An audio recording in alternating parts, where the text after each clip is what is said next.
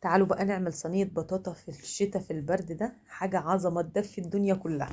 لو اشتريتي بطاطا ولقيتيها مسخة او مش مسكرة، يعني مش حلوة كده، طعمها مش لذيذ، تعالوا هنعملها بقى احلى صينية، حاجة كده فاخر من الاخر زي ما بيقولوا. عندي البطاطا انا اشتريتها وشويت منها شوية ولقيتها مسخة خالص. طب هنرميها؟ لا، خسارة. تعالوا بقى هنقشرها بالشكل ده، نغسلها غسيل كويس جدا ونروح مقشرينها بالشكل ده. الكمية اللي عندي بقى، عايزة تعملي صينية صينيتين كل يوم صينية، اولا الجو تلج برد، يعني الصينية دي الدفى كله. هنقشر البطاطا وننضفها كويس جدا ونشيل منها البذور اللي بتبقى فيها دي كده اهو بالشكل ده اهو. عندي بقى هقطعها طرنشات كده او شرايح، ما تكونش كبيرة قوي، السمك مش كبير قوي عشان ما تاخدش سوا على البوتاجاز، يعني تقعد فترة بسيطة. تمام.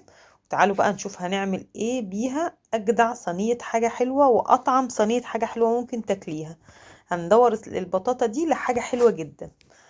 نبدأ كده ونقول بسم الله ونصلي على الرسول عليه الصلاة والسلام. ادي البطاطا قطعناها وحطيناها في الحلة، غسلناها كويس جدا وحطيناها في الحلة. هننزل عليها بكوباية حليب وخمس معالق سكر. تمام. والسكر ده حسب الرغبة بقى، اكتر من كده او اقل على حسب ما احنا عايزين. ماشي. انا نزلت بخمس معالق سكر على كمية البطاطا دي، حوالي 2 كيلو مثلا، وعليهم شوية فانيليا. خلاص هنحطها على البوتاجاز ونوطي عليها خالص خالص لحد ما هي تنزل ميتها، والبطاطا تبقى عندي بالشكل ده وتشرب اللبن بقى كده وتبقى بالشكل ده. طبعا مع التقليب هتتهري وهتبقى بالشكل ده، وده المطلوب. انا عايزاها كده نهرسها بقى بالهرسة بتاعة البطاطس او بشوكة او بأي حاجة، وعايزاها مهروسة خالص خالص كده. الابيض اللي فيها ده اللبن اللي احنا حطيناه ما شاء الله، ده وش اللبن عمل قشطة كده وهي بتغلي. فكده تعالوا ننزل بقى بيها في حلة واسعة او في حاجة واسعة عشان نهرسها كويس جدا، مش عايزة فيها اي تكتلات. عندي بقى معلقة قشطة بتاع ده زبدة، معلقة من الزبدة.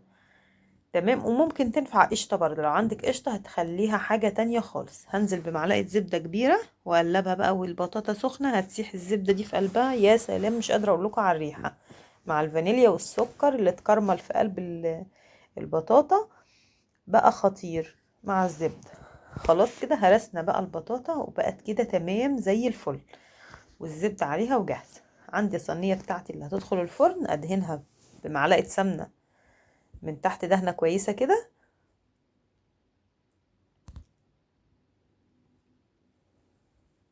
وتعالوا بقى ننزل بالبطاطا بتاعتنا كلها في الصينية.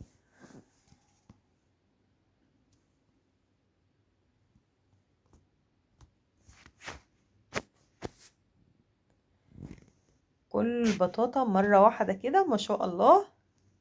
وتعالوا بقى نفردها فردة كويسة.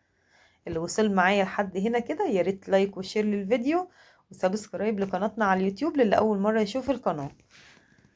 هنسوي البطاطا بقى مع بعض كده كلها بالشكل ده. تعالوا بقى لو عندي مكسرات وعايزين ننزل بيها في المكسرات عادي، اي نوع انتي بتحبيه، وممكن تمشي كده من غير مكسرات خالص. انا حطيت جوز الهند على الوش كده. تعالوا بقى هنعمل لها احلى طبقة، طبقة كريمة كده من فوق، حاجة كده تحفة هتتحط على الوش. هنسوي بقى كده جوز الهند مع البطاطا بالشكل ده. تعالوا بقى في حلة تانية هننزل فيها ب3 كوبايات من الحليب. عندي 3 كوبايات من الحليب. نركن بقى صينية البطاطا دي على جنب خالص. وعندي بقى الحليب 3 كوبايات 4 كوبايات على حسب ما انتي عايزة، وعلى حسب المقدار اللي احنا عاملينه. المقدار اللي انا عملته 3 كوبايات حليب بالشكل ده، حوالي نص كيلو لبن. هننزل عليه بمعلقتين من السكر، وعليه 3 معالق نشا.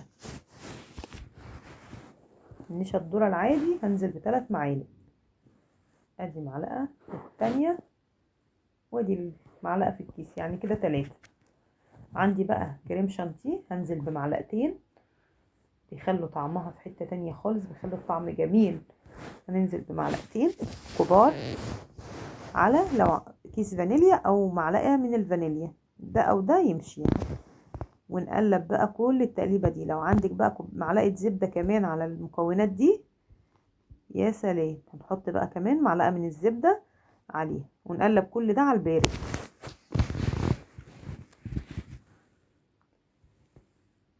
تمام كده، هنقلب كويس جدا ونرفعه بقى على النار.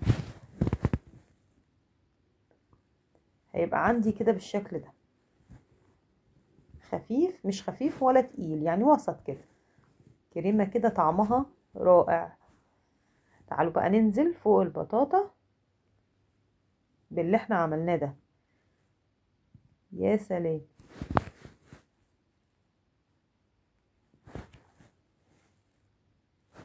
تعالوا بقى كده لو عندنا سكر بودرة او نطحن معلقتين ونرش وش الخليط ده كله او الكريمة دي كلها كده بمعلقة سكر بودرة علشان تحمر في الفرن وتبقى خطيرة.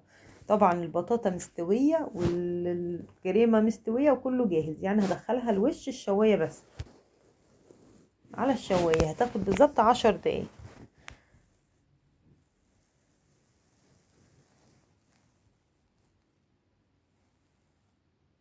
هتطلع بقى من الفرن كده، هسيبها تبرد شوية، يعني ما بردتش قوي، يعني المفروض تتقدم باردة، يعني ايه، تبرد براحتها علشان تطلع الخرطة بخرطتها كده. احنا بقى الجو بارد وما صبرناش عليه. هنقطع بقى وتعالوا شوفوا الشكل وشوفوا الطعم.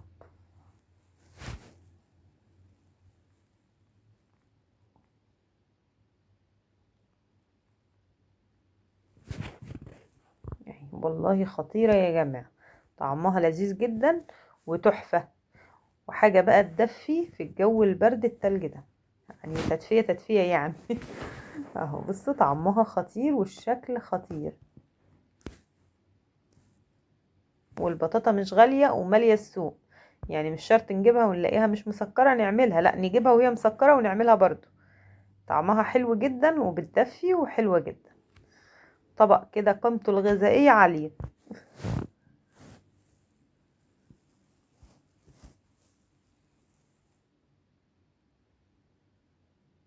شفتوا من حلاوتها كده هناكل من الصينية كمان. اتمنى فيديو النهاردة يا رب يعجبكم، ما تنسونيش في لايك وشير كتير للفيديو. استودعكم الله واشوفكم في فيديو جديد، والسلام عليكم.